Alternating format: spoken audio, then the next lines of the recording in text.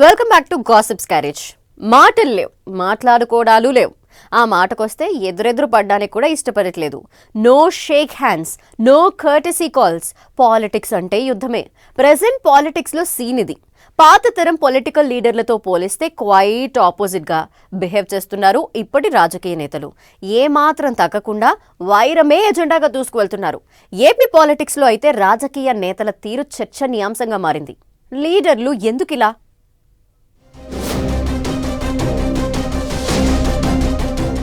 No shake hand, no courtesy call, only political fight.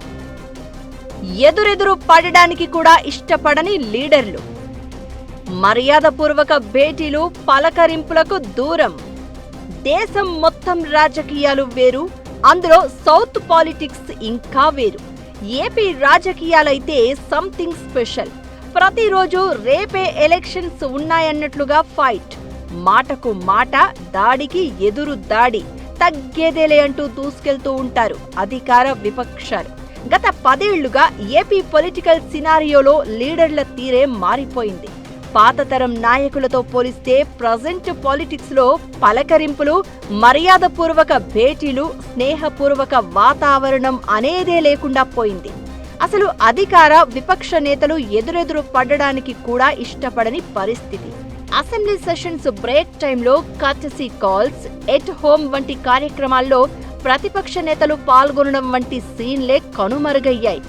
ఎవరు అధికారంలో ఉంటే ప్రభుత్వ కార్యక్రమాల్లో వాళ్లదే హడావుడి అయిపోయింది. ఎంత రాజకీయ వైరం ఉన్నా వ్యక్తిగత పలకరింపులకు వచ్చేసరికి పాతతరం నేతలు చాలా మెచ్యూర్డ్గా బిహేవ్ చేసిన పరిస్థితి. కానీ ఇప్పుడున్న నేతలు పార్టీలతో సంబంధం లేకుండా ఏ నేత మరెవరిని పలకరించే పరిస్థితే లేకుండా పోయింది. గతంలో చంద్రబాబు సీఎంగా ఉన్నప్పుడు వైఎస్ఆర్ అపోజిషన్ లీడర్గా అసెంబ్లీలో వాడివేడి చర్చలు జరిగిన సందర్భాలు ఉన్నాయి. ఘాటుగా విమర్శించుకుని నిరసనలకు దిగిన సిచ్యువేషన్స్ కూడా లేకపోలేదు. వైఎస్ఆర్ సీఎం అయ్యాక కూడా సేమ్ సీన్ ఉండేది. అలా అని వాళ్ళిద్దరూ మాట్లాడుకోకుండా ఉండలేదు, ఎదురెదురు పడేవారు. ఎక్కడైనా ఫంక్షన్లలో కలిస్తే షేక్ హ్యాండ్ ఇచ్చుకుని పిచ్చాపాటిగా మాట్లాడుకుని హెల్దీ పొలిటికల్ ఎన్విరాన్మెంట్ ను క్రియేట్ చేసేవారు. కానీ 10 ఏళ్లుగా అయితే అమీతుమి యుద్ధాన్ని మించి అన్నట్లుగా ఏపీ పొలిటికల్ వార్ నడుస్తోంది. ఒకరు పాల్గొనే మీటింగుకు మరొకరు అటెండ్ కాకపోవడం ఒకెత్తైతే, ఎక్కడైనా ఎదురెదురు పడినా ఎడముఖం పెడముఖం పెట్టుకుని వెళ్లిపోయే పరిస్థితి.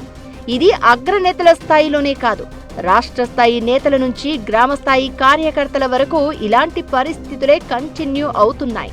లేటెస్ట్ గా స్పీకర్ అయ్యన్న పాత్రుడు కొడుకు చింతకాయల విజయ్ చేసిన కామెంట్స్ ఫుల్ వైరల్ అవుతున్నాయి. అంటే ఒక జిల్లా, నియోజకవర్గ స్థాయిలో రాజకీయ వైరం ఏ లెవెల్లో నడుస్తుందో అర్థం చేసుకోవచ్చు. ఇదే సమయంలో మరో ఇంట్రెస్టింగ్ ఫోటో ఒకటి బాగా సర్క్యులేట్ అవుతోంది. టీడీపీ నేత, మాజీ మంత్రి చినరాజప్ప ఇంటికెళ్లి కలిశారు వైసీపీ నేత ముద్రగడ పద్మనాభం. ఈ ఇద్దరు ఒకే సామాజిక వర్గానికి చెందిన 2 పార్టీలకు చెందిన నేతలు. ఏపీలో వైసీపీ, టీడీపీ ఉప్పు నిప్పులా ఉన్న పరిస్థితి. దాంతో ఎవరితో ఎవరు కలవాలని అనుకున్నా ఇబ్బందిగా మారుతోంది. గతంలో మాదిరిగా ఇతర పార్టీల నేతల ఇళ్లకు వెళ్లి మాట్లాడుకోవడం, మంతనాలు చేయడాలు పూర్తిగా తగ్గిపోయాయి. దాంతో ముద్రగడ వంటి కీలక నేత నేరుగా టీడీపీ నేతను కలవడాన్ని వింతగా చూసే పరిస్థితి వచ్చేసింది. అయితే ముద్రగడ తీవ్ర అనారోగ్యంతో బాధపడుతూ చికిత్స పొందుతున్నప్పుడు హాస్పిటల్కు వెళ్లి మరీ పరామర్శించాలనుకున్నారట చినరాజప్ప. అయితే డాక్టర్ల సూచనతో ఆయనను చూడకుండానే వెనక్కి వచ్చేశారు. అయితే ఆరోగ్యం కుదుటపడిన తర్వాత ముద్రగడే చినరాజప్ప ఇంటికెళ్లి కలిశారు. ఇది మర్యాదపూర్వక భేటీ అయినా ఒక్కొక్కరు ఒక్కో రకంగా చూడడం, విశ్లేషించుకోవడమే ఆసక్తికరంగా మారింది. ఆ మధ్య ఏపీ అసెంబ్లీ ఆవరణలో డిప్యూటీ సీఎం పవన్ కళ్యాణ్, మండలిలో ప్రతిపక్ష నేత బొత్స సత్యనారాయణ ఆత్మీయ ఆలింగనం చేసుకోవడం ఇంట్రెస్టింగ్ గా అనిపించింది.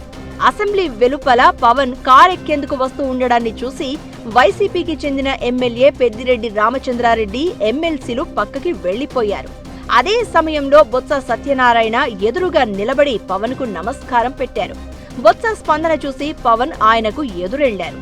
దీంతో బొత్స కూడా వెళ్లి ఆలింగనం చేసుకున్నారు. పవన్ బొత్స భుజంపై తట్టి మర్యాదపూర్వకంగా కరచాలనం చేశారు. ఒకరినొకరు కొన్ని క్షణాల పాటు పలకరించుకుని నవ్వుకుని ఎవరి దారిలో వారు వెళ్లిపోయారు. అప్పట్లో ఆ వీడియో ఫుల్ వైరల్ గా అయ్యింది. అటు జనసేన ఇటు వైసీపీ అభిమానుల్లో భిన్నాభిప్రాయాలు వ్యక్తమయ్యాయి. అయితే పార్టీలు వేరు, రాజకీయాలు వేరు, విమర్శలు కూడా వేరు. మర్యాదలు ఇచ్చిపుచ్చుకోవడం మాత్రం వ్యక్తిగతం. ఈ విషయాన్ని ఇప్పటికైనా గమనించి ఈ తరం రాజకీయ నాయకులు ఫ్యూచర్ లీడర్లకు మంచి సంకేతాలు ఇచ్చేలా నడుచుకోవాలని కోరుకుంటున్నారు ప్రజలు. మరి మన లీడర్ల తీరు ఇప్పటికైనా మారుతుందా లేదా అనేది వేచి చూడాలి.